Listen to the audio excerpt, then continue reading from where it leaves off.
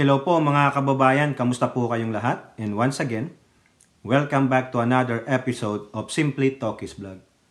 Ang pag-uusapan natin mga kababayan medyo sensitive po, no? Kasi tungkol po ito sa mga kabataan, yung mga minors, no? Kasi nadadamay po sila dito dahil po ito sa isang batas na nais sa isang bill sa Senado na nais nilang gawing batas para maging tayo sa international community. Pero marami po na mga mambabatas kasama ng ating Pangulo na kumbaga diring-diri sa nilalaman ng mga probisyon ng bill na ito. Okay, pero bago po natin ipagpatuloy, tayo po ay magbibigay pugay at pasalamat sa lahat ng ating channel members, followers, subscribers, nagla-like at nagsishare ng ating mga videos, sa mga nagbi-video replay, nagsishare ng kanilang blessings, sa mga nakakasama natin sa ating video premiere, live streaming, and special shout out to all our OFWs, to the men and women in uniform, sa mga frontliners at mga guro. Maraming salamat din po sa lahat ng sumusuporta at sumusubaybay, tumutulong sa paglago ng ating channel. May God bless us all. May God bless our country. And may God bless this Marcos administration and protect it from the evil forces from the likes of Dutertes, their minions, and the anti-Marcoses. Ito po mga kababayan, kaya po naging sensitibo ito. Kasi ito po ay tungkol sa sex education para daw po ma-prevent ang teenage pregnancy, no? Iba-background lang natin mga kababayan, pagpasensyahan nyo na marami po tayong mga article na makukuha ngayon. Hopefully makover natin ito. Pero hindi naman po natin babasahin lahat yung laman ng article, kundi ibubuod na lang natin yung pinaka main points, no? So dito po sa balita ng GMA News Online noong April 7, 2023, nung almost 2 years ago, may nagpanukala po ng batas na ito sa Senado. Ayan po. Senate Bill eyes comprehensive sex education to prevent teenage pregnancy. Ibig po ng comprehensive, talagang step by step, no? Talagang pagtutuunan ng pansin, komprehensibo. Yan, masusing pag-aaral. A bill seeking to teach comprehensive sex education o yung tinatawag na CSE in school is up for deliberation in the Senate. Ito po yung Senate Bill 1979, no? O ito yung tinatawag nilang Prevention of Adolescents Pregnancy Act, no? Na inuutusan ang Department of Education to develop and promote educational standards, modules, and materials to promote comprehensive sex education in schools, communities, and other youth institutions. The bill states that CSE will be a compulsory meaning mandatory part ng education. Kung ano po yung nilalaman ng CSE na to, base doon sa kanilang modules and materials, kinakailangan ituro sa eskwelahan sa mga kabataan para po ma-prevent ang teenage pregnancy, no? Para lalong ma-inform, lalong ma-educate ang mga kabataan, lalong-lalo na yung mga sexually active. At young age, probably 13 years old, no, and above, they are becoming sexually active teenagers. Hindi pa yan mga adults kasi they are not even 18 years old, di ba? 18 years old, you are considered adult. But you are a young adult, di ba? In all levels with the end goal of normalizing discussions about adolescent sexuality and reproductive health and to remove stigma at all levels. The measure will create adolescent pregnancy prevention, which will ensure that the CSE will be medically accurate, culturally sensitive, rights-based, inclusive, and non-discriminatory towards LGBTQ adolescents. The DepEd, the Council, and other relevant agencies will be in charge of crafting the CSC. So yan po yan, no? Natenga to, natenga. No? Hanggang sa dumating, ito pong taon na to, na i-open na sa plenaryo. Ito yata, no? Correct me if I'm wrong, ito yata yung unang-unang bill, Senate Bill 1979, an act, or the proposed Prevention of Adolescents Pregnancy Act, no? Ito yata yung unang tinakel sa plenaryo ng Senado pagka balik nila from recess. However, mga kababayan, no? Bigla pong dumami ang umalma. Dumami po ang umalma because of the context of that bill, the 1979, no? An act, nakakalimutan ko an act for the prevention of adolescent pregnancy. Diba? Teenage pregnancy. Marami pong umalma dahil nung nabasa nila yung mga ilang probisyon na nilalaman ng bill na ito o yung gagawin sa comprehensive sex education, masasabi mong mapapamura ka na lang bilang isang magulang o bilang isang minded person. Yung meron ka pang katwiran, meron ka pang pangunawa, no? Ito po mga kababayan, almost 2 years, no? Kasi nung itong taon lang na ito nabuksan itong buwan. Dito po sa balita ng Philstar Global, sabi diyan, Sex Education in Teen Pregnancy Prevention Bill question. Marami na pong nagke-question, may mga civic group, mga kababayan. Even the Catholic Church is questioning the very context or the provision of the Senate Bill 1979.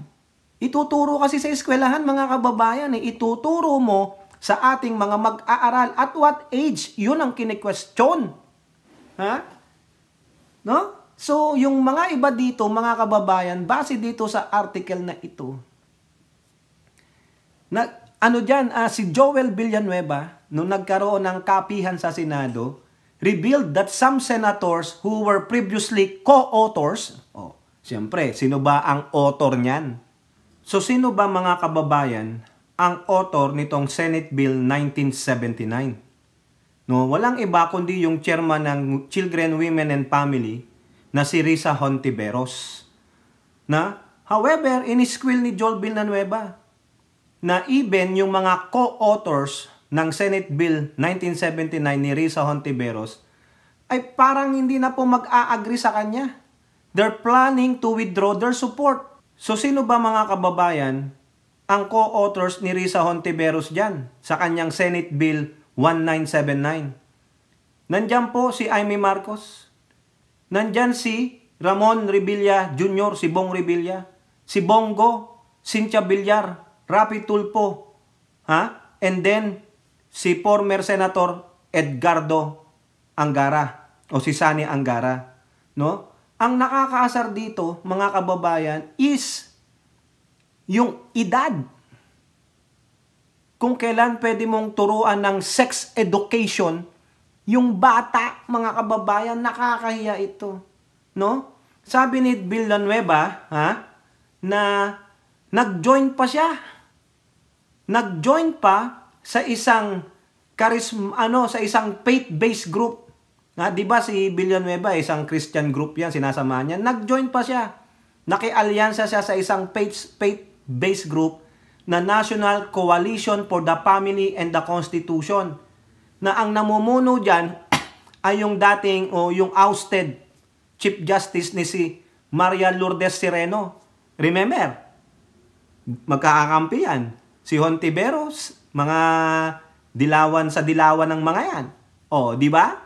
Ngayon, ino-oppose ni former o ousted Chief Justice Maria Sereno yung bill ni Hontiveros kasi alam niya.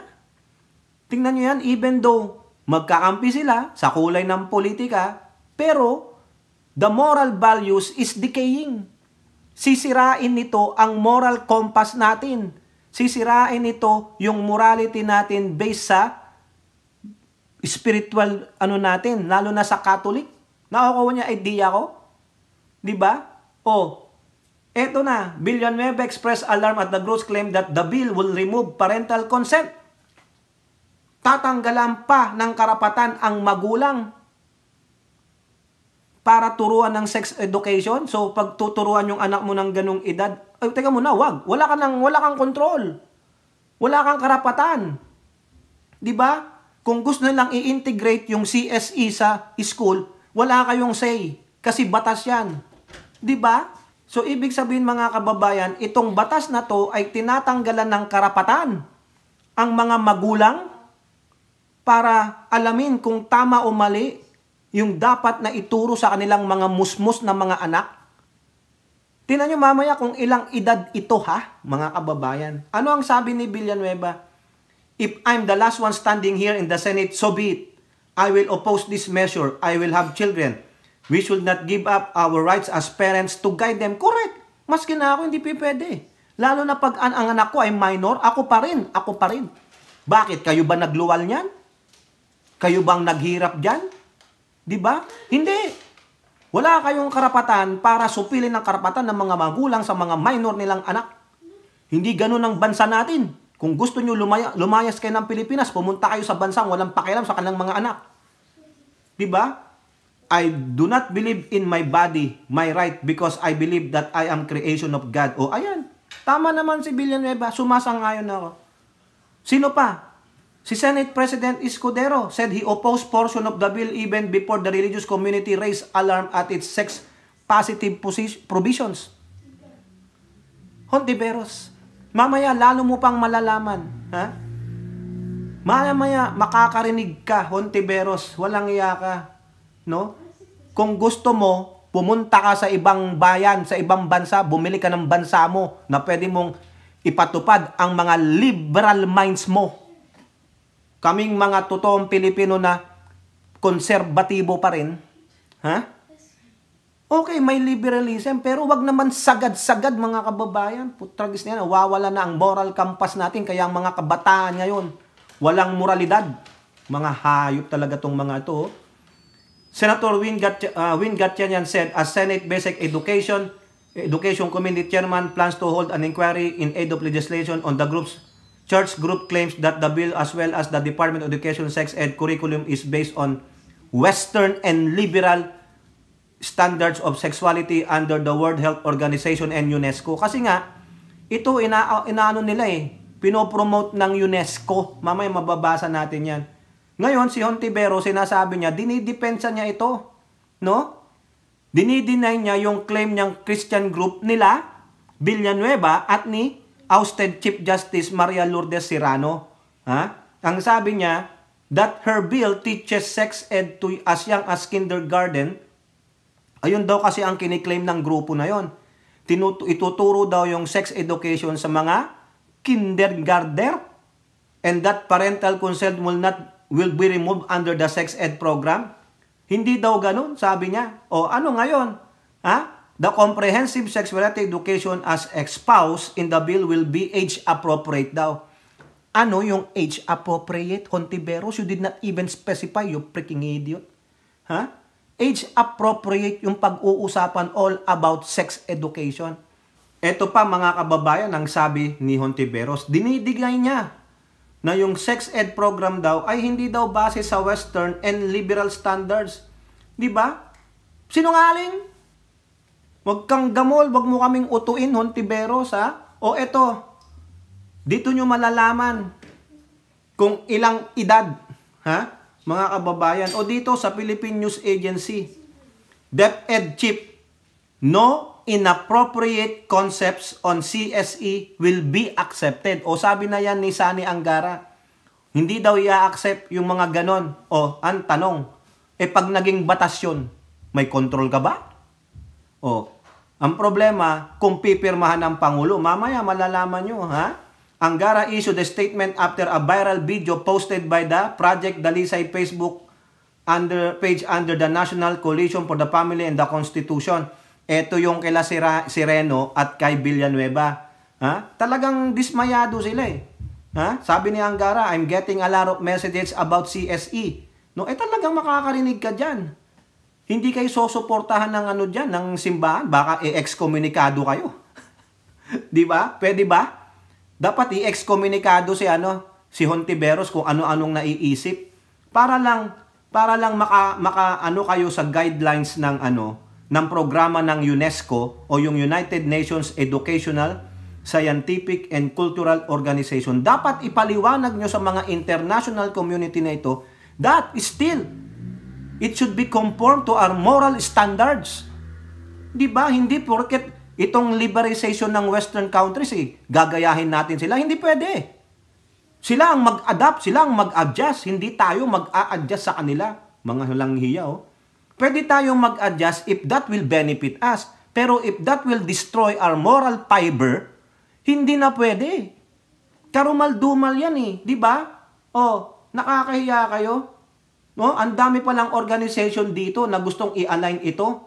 No?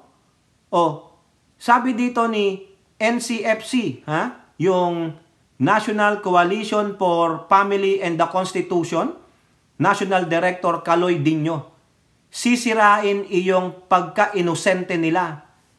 Mamaya, tingnan nyo maraming gigisingin ng mga bagay na hindi dapat ginigising.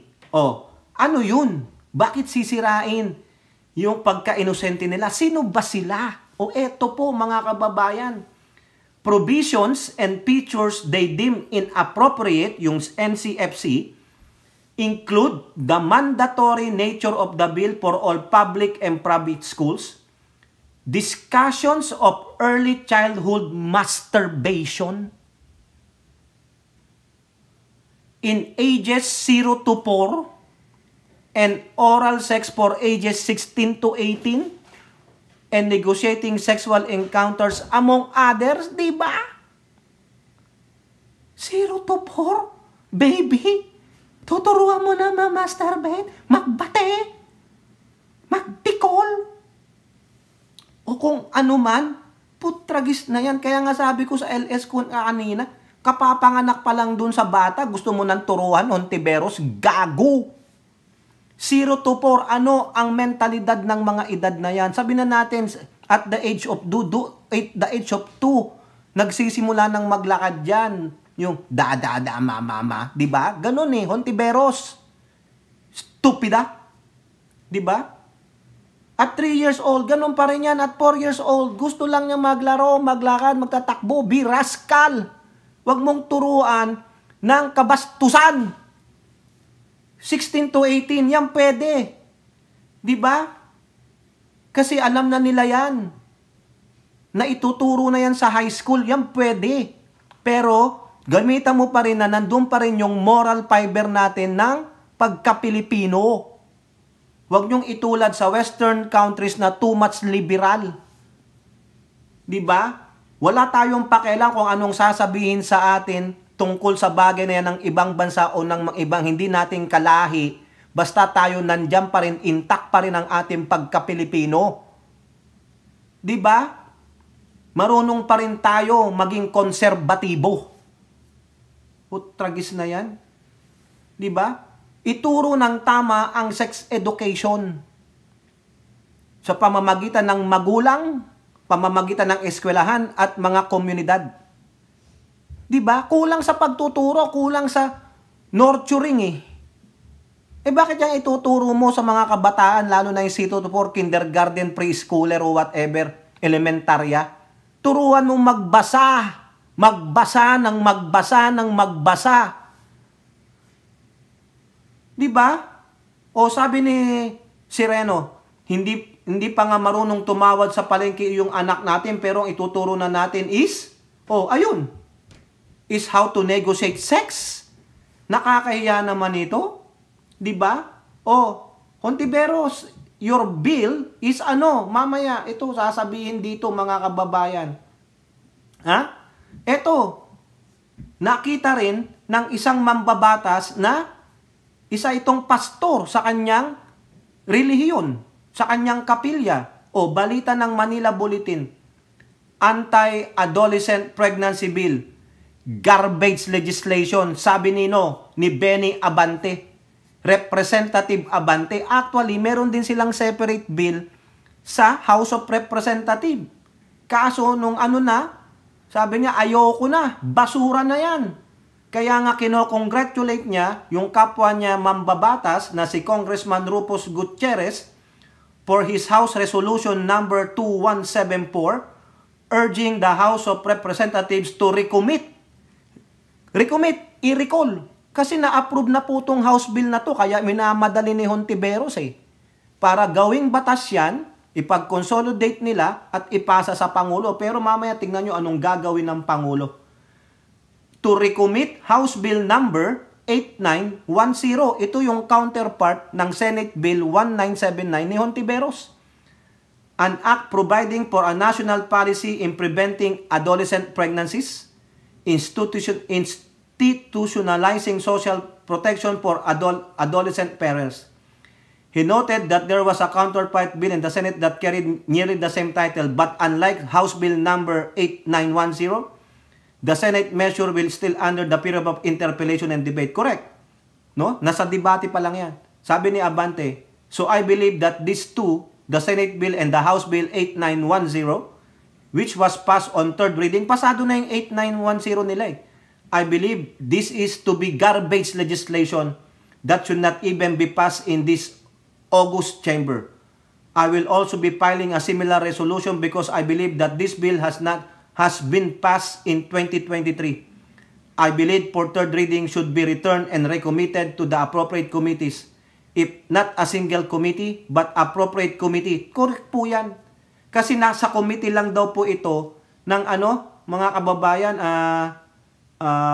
Youth, Commission on Youth sa Senado. Dapat meron ding committee na nasa education. Kaya tama lang yan. I-recall nyo yan, i-recommit, baguhin ang nilalaman ng probisyon ng mga batas na iyan. Ngayon, si former Senate President, mga kababayan, dati article, si Mig Zubiri, anong sabi niya tungkol dyan sa sex education? Sex education, a responsibility of parents, not schools. Pwede naman po sa schools. Ako, aminin ko sa inyo, second year high school ako sa Science High School. Meron kaming subject na biology. Ilang taon na kami nun? Mga 14 years old. Alam na namin yon. Pinapanood kami niyan. Pero walang mali siya, just to be informed and be educated. Ngayon, nasa sa inyo na yan kung malibog kayo, sexually active kayo. Then alam nyo na Di ba? Second year high school na kami noon. Tapos nung college ako, junior na ako noon. Dami ko ng majors, pero may minor pa akong family planning. Eskwelahan yun noon, Mig Zubiri. Pero ang punto niya, dapat parents muna ang dapat nagtuturo niyan. Ino-oppose niya. Yung some provision doon. Tama lang yan. Ito ang sabi niya, I am deeply concerned about the provision on adolescent education, particularly the introduction of sex education at early age. Zubiri said the provision does not align with our conservative values as a nation and could have serious repercussion on our youth. Correct. Hontiveros, wag kang sinungaling. It is patterned in the Western and liberal countries. Wag kang gamol. Alam ko yan. Instead of preventing adolescent pregnancy, baka magkakaroon pa tayo ng mas maraming adolescent pregnancy because of experimentation. Correct.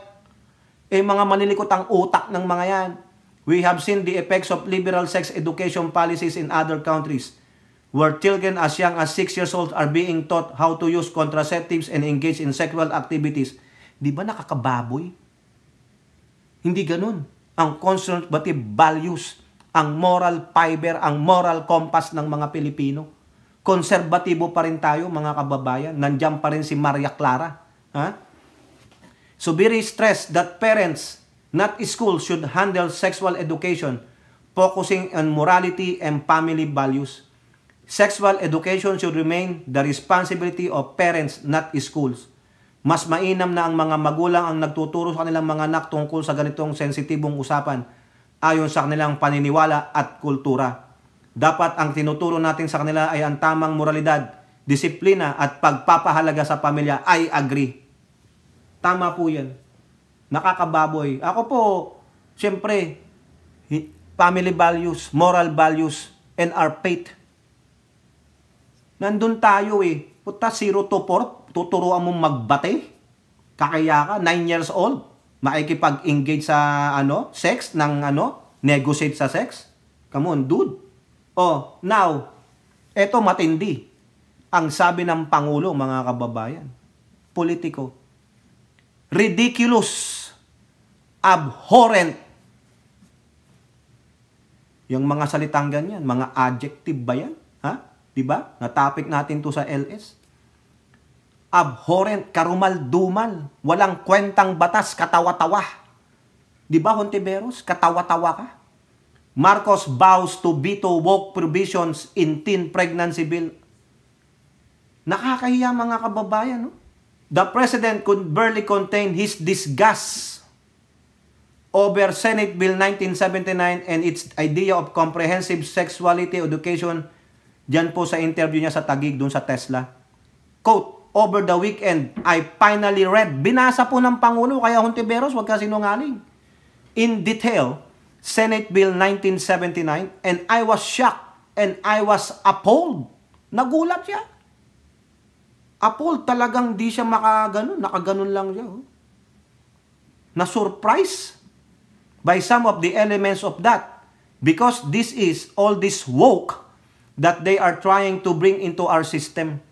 You will teach 4 years old how to magsalsal, that every child has the right to try different sexualities. The President then railed against SB 1979 as travesty of what sex education should be. Correct. Travesty, kalokohan, katrayduran, kawalang kwenta. Ha? Hontiveros, yung batas mo, walang kwenta, parang isa dyan dati. Ha? Absurd, disturbing, corruption, yan ang travesty. No? Kinukurap mo ang very idea ng sex education. It should be taught in a proper age. Diba? Na magiging responsable din yung tuturuan mo. Oh, this is ridiculous. This is abhorrent. This is a travesty of what sex education should be to the children. What about the parents? Ayun, tatanggalan ka ng karapatan. Wala kang karapatan kung ano ituturo. Wala kang say. Itunuturuan mo ng tama yung anak mo sa bahay, paglabas niya, na inaakala mo sa second family niya, sa second home niya, sa eskwelahan, tama ituturo, iko-continue kung ano natutunan niya sa school. Yung pala, it is the very, the polar opposite of what you are teaching to your kids. It's the polar opposite. If you are teaching them a very positive, optimistic way, and then, dun sa school, tinuturuan sila ng negativity, ng pessimistic ideas.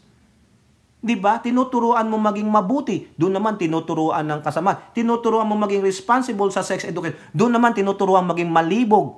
Yumutyut ng batang-bata pa. Diba? Wala na silang karapatan na silang magdi-decide kung ano at kailan tuturuan yung bata. O, yung mga sinama nila na woke na absurdities are abhorrent to me. I am already guaranteeing hindi pa napasa ito. Pero if this bill is passed in that form, I guarantee all parents, teachers, and children, I will immediately veto it. Ayun. Yun ang guarantee ng Pangulo sa mga magulang, sa mga guro at mag-aaral. Veto yan. Ex ka. Kung gusto mo, Hontiveros, tulad ng sinasabi ko sa inyo, bumili kayo ng sarili nyong bansa or move to another country that you have the same liberal minds. Visit. He said he felt very strongly about the proposed CSE program under the bill as a parent and grandparent. Oh, the President said he still believed that sex education, such as teaching the human reproductive system and anatomy to learners, yan ang tinuro sa amin sa biology. Huh? The consequences of early pregnancy, family planning, and prevalence of sexually transmitted disease like the human immunodeficiency virus is extremely important. Correct. Kaya nga po ang DOH para magro-roll out ng HPV, yung human immunodeficiency vaccine. Kinakailangan yan lalo na sa mga kababaihan. Kawawa po dito ang mga kababaihan eh. Hayop talaga to si Hontiveros. So ano sabi dyan ni Hontiveros pa? Talagang ginigit niya mga kababayan. Teen pregnancy bill. Risa Hontiveros open to amendments after Marcos threatened to veto. Ay nako, scrap mo yan. Go back to square one, Hontiveros. Go back to square one. No? Hindi ko na po sasabihin kung ano pa yung mga paliwanag niya. All I can say is go back to square one, Senator Rizzo Hontiveros. Right now, your bill na 1979 is so despicable. No? Your liberal minds won't be accepted sa ating very conservative values as Filipino people. Sa ating moral compass na mga Pilipino na pinapahalagan pa rin ang karapatan natin na magturo ng tama sa mga bata. Let kids be kids. Then in the right time, in the right age, in the right mind, doon sila turuan ng mga sinasabi mong sex education. Not those 0 to 4 and then 9 years old you negotiate for sex. No. Di ba? Ang gawin natin is to really educate them properly. Sabi nga ni Mig Zubiri, it should be the parents first. Di ba? Hindi naman natin sila control paglabas niyan eh. Dapat maging responsible na sila. Pero yung 4 years old, sasama mo pa yan eh. Wala pa nga sa preschool yan eh. Di ba? Hinayupak, mga kababayan. Itong nakakaano eh. Masyadong liberal, Hontiveros. Go back to square one. Do it again. O tignan mo, si Abante, pinariricommit niya. Ina-upload niya, kinokomment niya si Rufus Rodriguez dahil nakita nila it is so despicable. Magagalit ang simbahang Katolika. Kahit na anong simbahan sa atin. Probably even yung mga kapatirang Muslim, hindi papayag dyan. Yung may mga tamang pag-iisip, Hontiveros, wala kang kakampi, gumising ka. Do not amend it. Scrap it. Go back to square one. Ganun lang po yan, mga kababayan. O kayo po, anong masasabi nyo dyan?